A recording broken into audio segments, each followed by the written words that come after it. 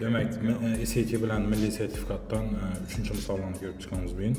SAT'nin 3. misalı tercüme etadığım olsa. John mikroskop için umumi $165 to'ladi. Bunda $37 başlangıç to'lov ve her ay $16'dan pi ay to'ladi.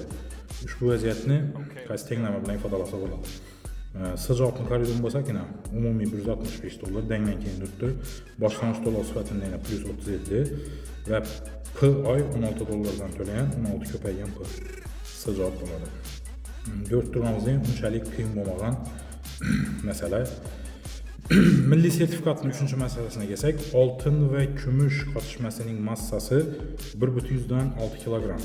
Demak, oltinni x, kumushni y kilogramda bo'lsa, x plus y umumiy massa 1,6 kilogram. Endi buni gram o'tadigan bo'lsam 1060 gram bo'ladi. Qotishma suvga solinganda 70 gram massasini yo'qotdi. Qaysi birinchi gram yo'qotganini bilamiz, lekin oltin suvda massasining 19dan 1 qismini yo'qotdi. Demak, 19dan 1x bu oltinni yo'qotgan massasi.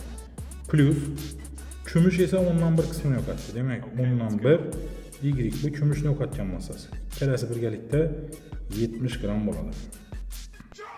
Bu sistemani ishga qo'yamiz. Demak, x plus y dan 1060, 19dan 1x plus 10dan 1y dan 70 degan sistemani ishga qo'yamiz. Shuni javobi, ya'ni x bilan y masalani javobi bo'ladi. Endi men bu videoda sistema yetishtirib o'rgatishim yo'q.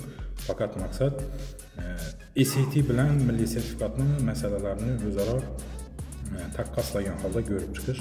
Bu sistemani ishlashni esa ko'pchilik abituriyentlar biladi.